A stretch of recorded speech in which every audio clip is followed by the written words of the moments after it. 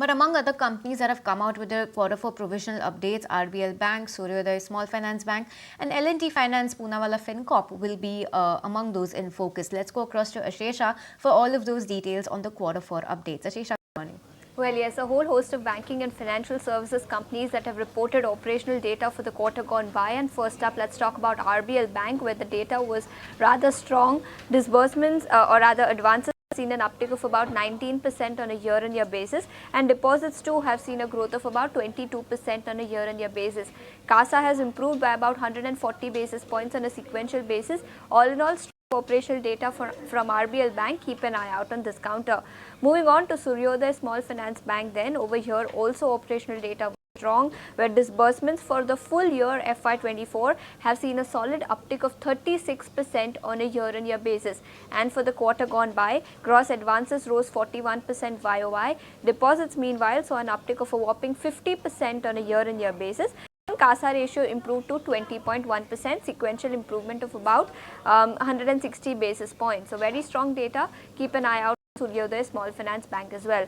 Moving on to L&T Finance then, where operational data was in line with what the street was working with, where retail disbursements for the fourth quarter rose by about 33% on a year-on-year basis, and retail loan book at the end of fourth quarter stood at about 80,000 crores, indicating an uptick of about 31% on a year-on-year basis. Lastly, Poonawala Fincorp, again another set of strong operational data for the quarter gone by, where disbursements for the fourth quarter were highest ever at about 9,700 crores, which is an uptick of 52% on a year-on-year basis and about 10% on a sequential basis. And AUM too saw a solid growth of 54% on a year-on-year basis. So strong operational data from Poonawala Fincorp.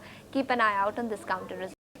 Alright, thanks Ashesha. So we'll keep an eye on all of those counters on account of their Q4 updates. But which are the stocks that we should keep on our radar on account of news flow then?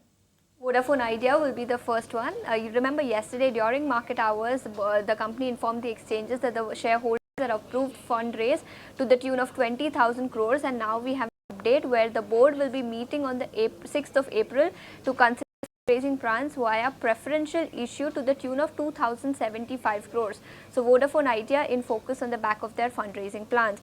Moving on to KEC International then, where the company has won orders to the tune of 850 crores, both in the Indian domestic market as well as in the overseas market across businesses.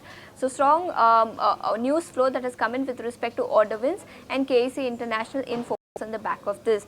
Moving on to Brigade Group then, where the company has signed a joint development agreement for an office space in Bengaluru with a development area or value of about 340 crores. Real estate stocks have been in focus for the last many trading sessions. Keep an eye out on Brigade Enterprises on the back of this 340 crore joint venture that the company has entered into. Moving on to GE Power then, this is also on the back order win, where the company said that they've won orders worth about 775 crores from Jaiprakash Power Ventures. And lastly, Vedanta, some capacity expansion plans coming in over here, where the company said that it has expanded aluminium capacity to about 3.5 million tons per annum. They've expanded this time by 1.5 MTPA, and this is a part of the larger scheme of things to increase their capacity to 3.5 MTPA. So on the back of these capacity expansion plans that have come in with respect to their aluminium segment, keep an eye out on Vedanta as well. Alright. If you like this video, then like, share and subscribe to ET Now.